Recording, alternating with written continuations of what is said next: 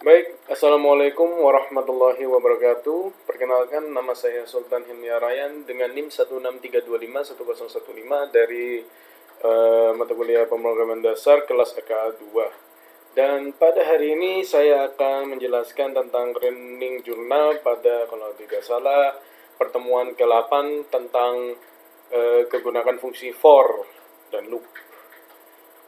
For loop, mohon maaf. Lalu ya kita langsung saja ke objektif. Objektif itu apa? Yaitu adalah tujuan dari sesi perkuliahan yang dilakukan pada TM8. Yaitu pertama, memahami mekanisme instruksi perulangan for dalam bahasa C, mampu membuat diagram flowchart untuk menggambarkan proses inisialisasi, kondisi, dan iterasi. 3. Menerapkan instruksi for untuk menampilkan deret, bilangan ganjil, dan perhitungan faktorial. 4.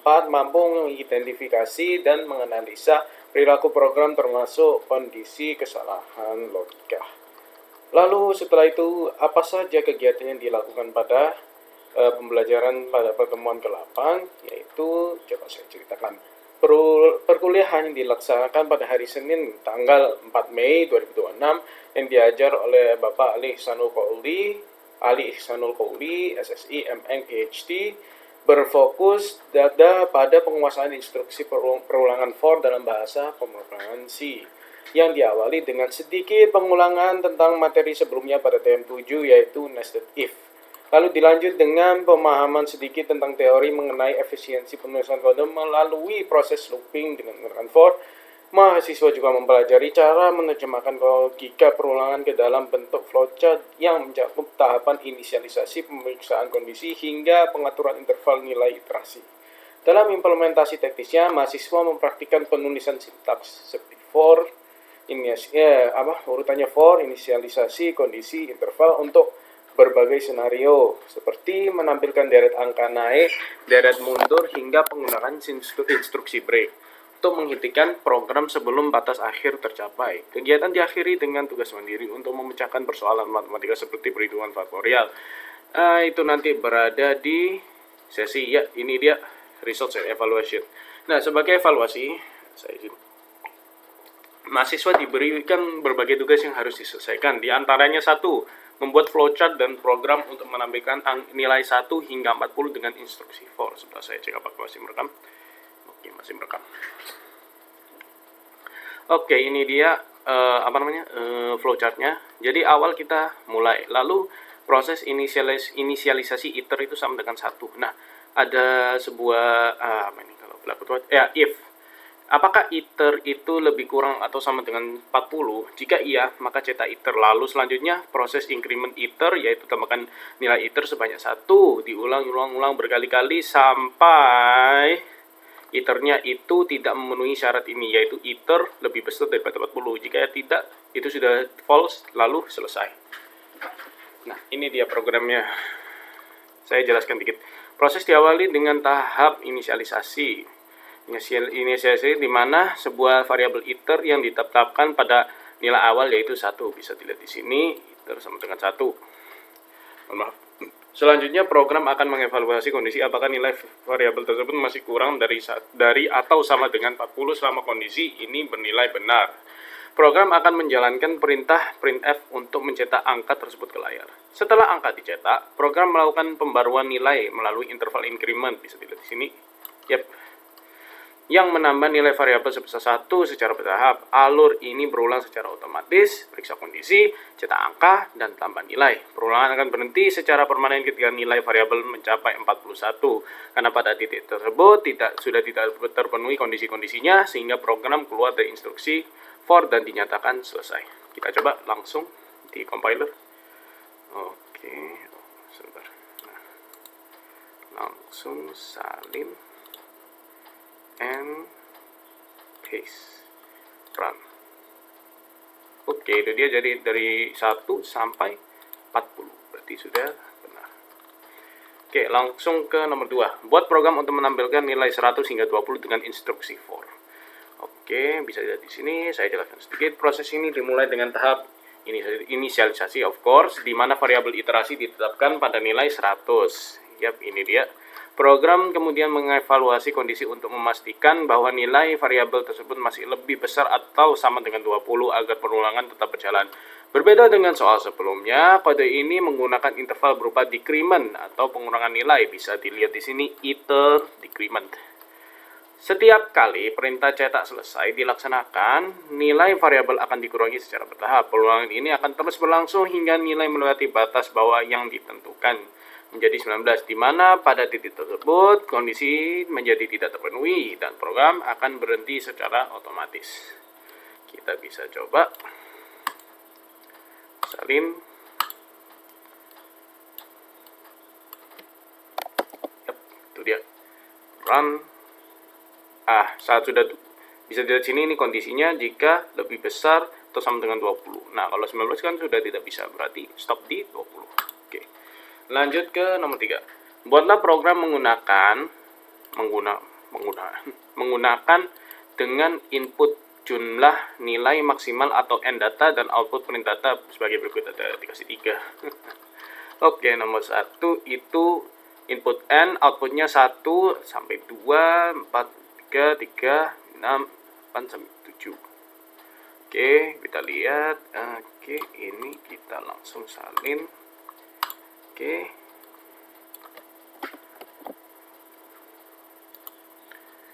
Jika saya input misal range-nya 6. Oke. Yap, range-nya sampai 6. Coba run lagi kalau misal 5. Oke, coba sampai 5, run lagi kalau misal sampai 4.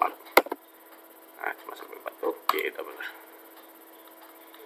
Menyalakan kode memulai perulangan dari angka 1 hingga batas n yang diinputkan pengguna. Di dalam perulangan terdapat logika pengondisian untuk pencetak tanda hubung hanya setelah angka genap, seperti setelah angka 2 atau 4 dan seterusnya sampai 8. Dan selama angka tersebut bukan angka terakhir dari deret, hasil deret angka akan nampak berkelompokan atau berpasangan. Jadi kalau misal saya input 10 pasti tidak akan muncul. Oh, ada. Oh, ternyata ada. Oke, dan langsung saja kita input n bilangan ganjil. Oke, kita langsung saja salin. Habis itu mau PTR, tidak apa-apa.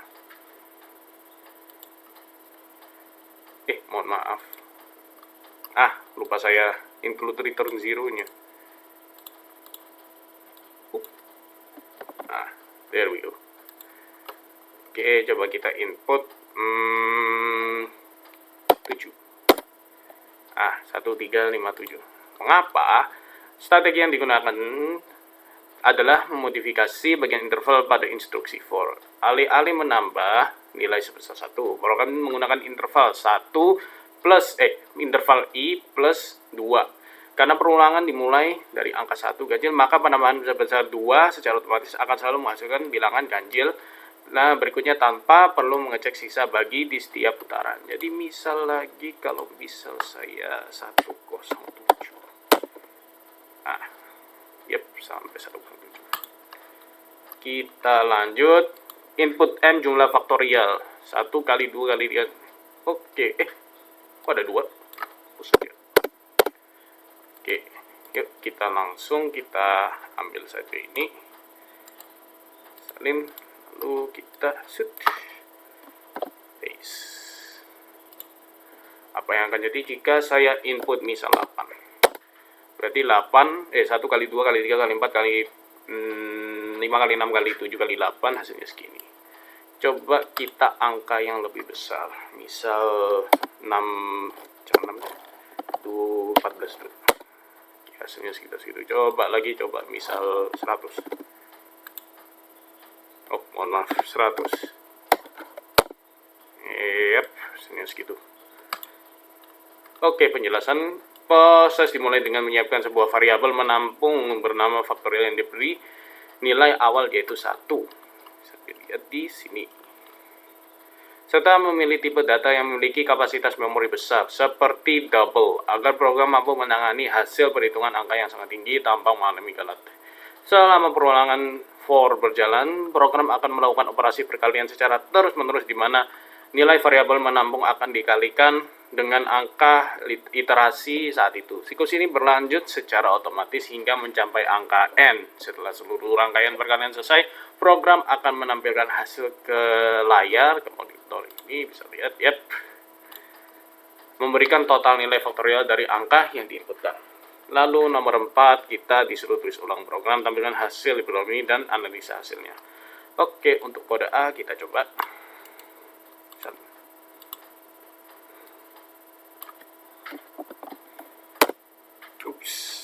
Run. Nah, tidak ada output. Mengapa ya? Nah, perulangan tidak pernah berjalan karena kondisi I lebih besar dengan 9 langsung bernilai salah di awal. Variabel I dimulai dari 0 dan 0 tidak lebih dari 9. As you can see here, I sama dengan 0. Oke, langsung kode B. Ini saya tidak mau masukin compiler. Kenapa? Karena mencetak tulisan for tanda petik buat akhir itu for secara terus-menerus tanpa henti. Struktur for tanpa inisialisasi kondisi dan interval menciptakan infinite loop karena tidak ada batasan yang menghentikannya. Oleh karena itu tidak akan masuk ini karena nanti laptop saya crash. Lalu ke kode C yang satunya include Studio Edge. Kita langsung aja salin, masukin, tempel,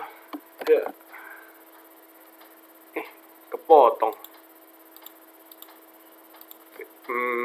Gini deh. Kok gini sih? Coba saya itu ulang aja. Oh, ya tumben. Sebentar. Sit.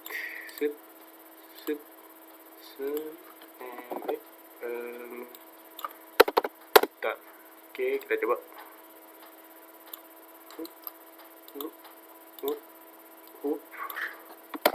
There we go. Run. Loop 0 sampai loop ke 99. Nah, ini adalah perulangan standar dimulai dari 0 bertambah 1 setiap putaran dan berhenti tepat sebelum I mencapai 100. Nah, bisa lihat. Ini ada terminator. Karena tidak ada tulisan sama dengan 100. Oke, jadi makanya sampai hanya 99. Oke. Lalu ke kode D. Yuk kita salin langsung saja di sini. Apa hasilnya? Loop sampai loop ke-5. Mengapa program melakukan hitung mundur decrement pernyataan if I lebih besar daripada 100 lalu break tidak pernah aktif karena nilai I dimulai dari 100 dan terus berkurang sehingga kondisi I sama dengan 100 tidak akan pernah terpenuhi. Lalu apa ya hasil yang kita dapatkan dari sini? Pembelajaran ini, tugas-tugas ini, evaluasi ini yaitu adalah sesuai dengan apa yang kita inginkan dari awal, yaitu di objektifnya, yaitu kita sudah memahami mekanisme instruksi perulangan for dalam bahasa C, mampu membuat diagram flowchart dalam juga cara menggambar inisialisasi kondisi dan iterasinya, menerapkan instruksi for untuk menampilkan deret bilangan ganjil dan perhitungan faktorial, lalu mampu mengidentifikasi dan analisis perilaku program termasuk pada pasal logika kayak ada tadi itu. Oke. Sekitar sekian dari yang saya bisa sampaikan pada siang hari ini. Mohon maaf jika saya ada salah kata. Saya akhiri. Wassalamualaikum warahmatullahi wabarakatuh.